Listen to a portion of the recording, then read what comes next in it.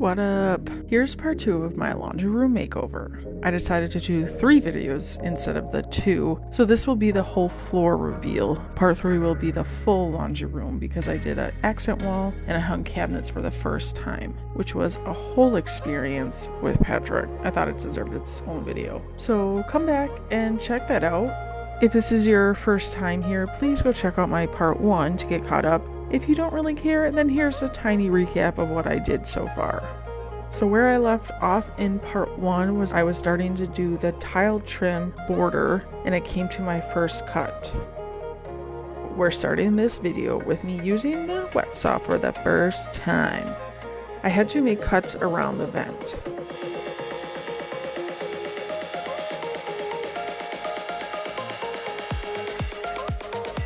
Just stop when you get close to that line.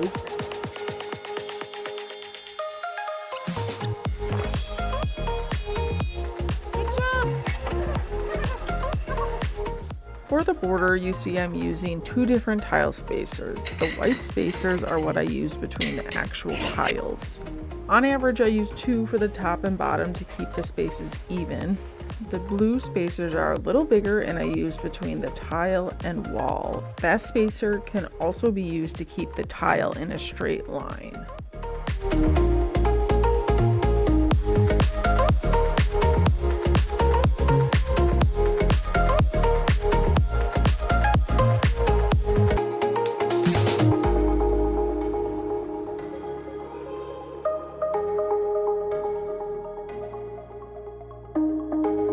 I also had to keep checking that it's level since I'm a newbie and I didn't want to trip on any of my tile later in my life.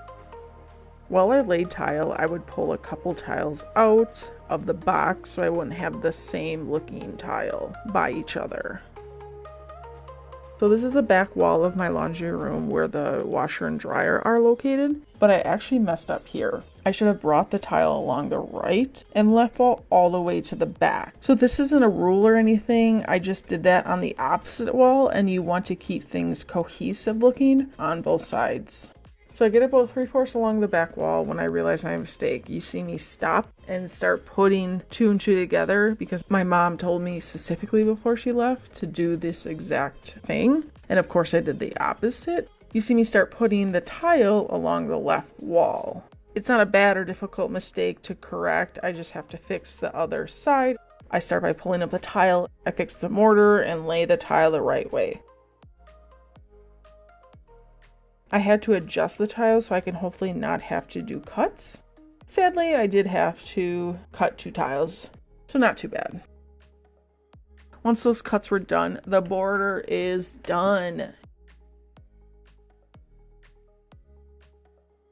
The next day, I got started on the path from the kitchen door to the garage door. I'm going to do the parts that don't have any cuts to make my life a little simpler for the time being. With it being herringbone, I want the 2 starter pieces to be in the middle, so I'm measuring and I'm trying to draw a line to get this right. The issue is just making sure that the herringbone is in the middle and that it aligns up. Because I don't know, I've drawn a line, using this laser level, and I don't know, I just feel like it's not lined up. I'm probably gonna use this thing. I feel like it's just uneven, you know, on the sides, but I feel like it's also in my head and just becoming an optical illusion because I'm staring at too many things. Patrick just sat and helped me for like 10 minutes too, so I think those tiles are like really uneven. They're like different sized tile, so it's just like no matter what, I don't think it's gonna be a true like lining up the way when you see videos of people putting down like hardwood floor and whatnot. But I have to finish mixing the mortar and then I'm gonna get started.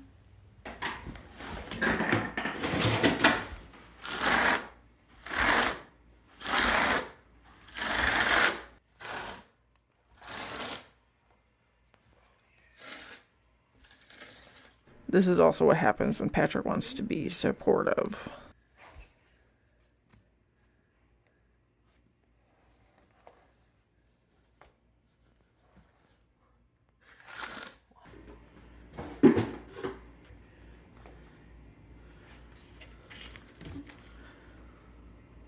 He also wanted to be involved, so he's adding the spacers for me.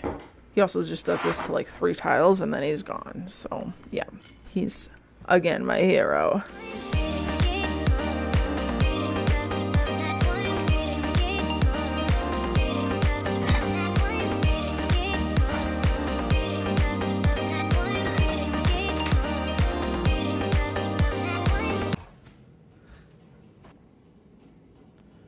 We're killing it, mommy. Well, she wants double. She wants ×2. She's getting right up in there.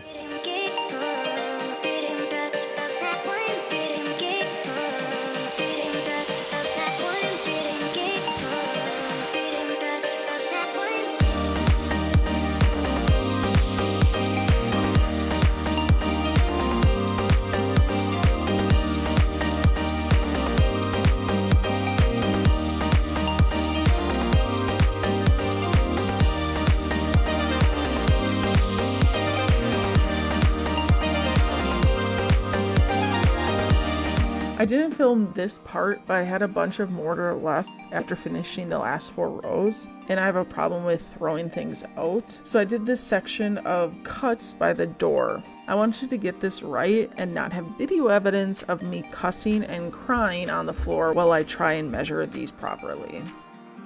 My mom suggested I used like a cutout to make cutting easier. Again, because it's herringbone, the cutout should help and the tile cut should be the same on the side. But of course, it's my project and it's not the exact same for each side tile piece. I'm mostly using the cutout for the line I need to draw on the tile.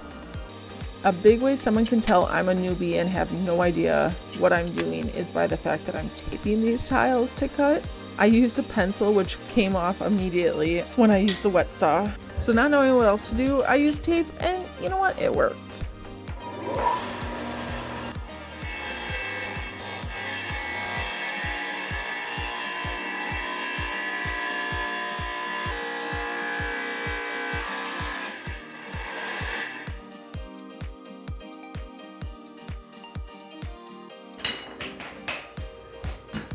I did the floor in sections. I cut all the pieces down the walkway on both sides and then made mortar and put the pieces down.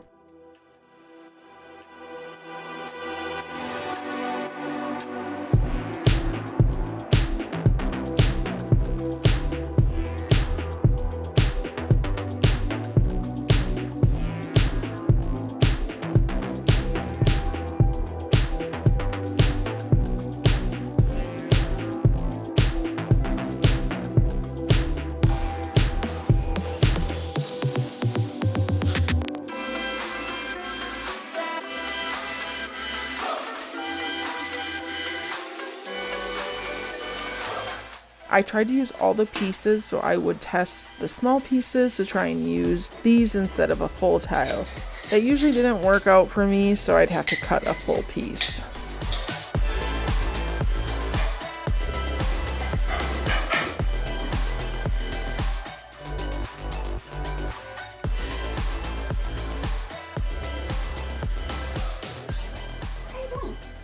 Got some extra helping hands this day. First by my cat, and then by my 1.5-year-old. What's he doing? Want to help Mama? There's so many tiles to cut, so buckle up.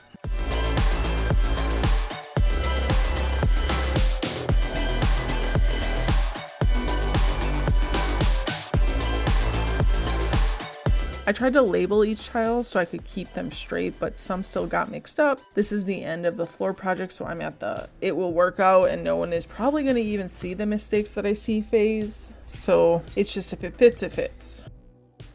Here's the floor with all the tiles cut. I still need to do mortar and grout, but we are so close to being done and it looks pretty cool. Next day, got my good old knee pads on, made mortar and got to work.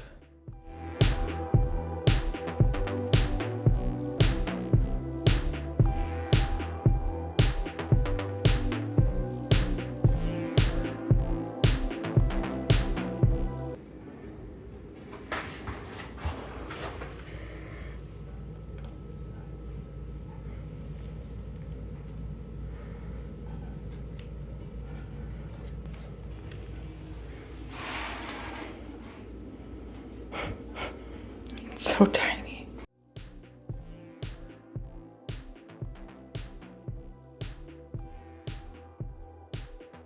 I'm going with a white grout. I got one that doesn't need a sealer and it's not supposed to fade or stain, so we'll see about that. The grout process is simple. Use the grout float and push the grout into the lines at a 45-degree angle and scrape the excess off with the edge of the grout float. Usually you want to wait 10 to 20 minutes to let the grout set in the lines so it doesn't just all come up when you use the sponge in the next section. Using a big ass sponge, I dampen one. I wipe the excess grout off the tile. It takes a couple wipes to come off, then I use a cloth to wipe the slight grout that's left. So I actually watched the grout company's little video on what to do, like how to grout, and they recommended the cloth. And I thought that was an extra step that was just something they, said to do. But it's crazy how well it actually works. When I was doing this process, that grout shine you see on the tiles, it wasn't as noticeable when I was sitting right next to it. But when I started using the cloth, it was pretty cool to see that extra grout come right off.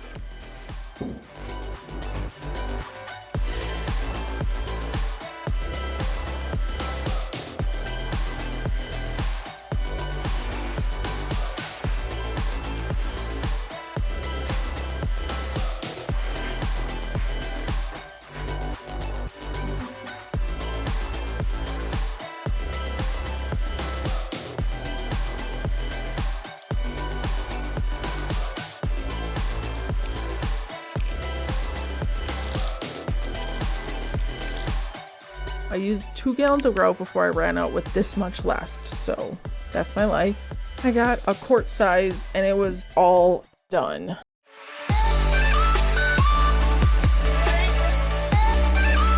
Here's my floor all done. Ooh la la. This has been the hardest thing I've ever done, and I also had to choose one of the hardest, for me, patterns with a border and herringbone. But it is awesome. I love it so much. I literally just go in my laundry room and hang out sometimes because I love my floor. So for the next video, the part 3, if you want to come back and see what the rest of the laundry room looks like, that would be awesome. Please hit that subscribe button and the like button if you would like to. I'd appreciate it. I will see you in part 3, where you will find out why I'm making this face at Patrick. Thanks again for watching. Bye!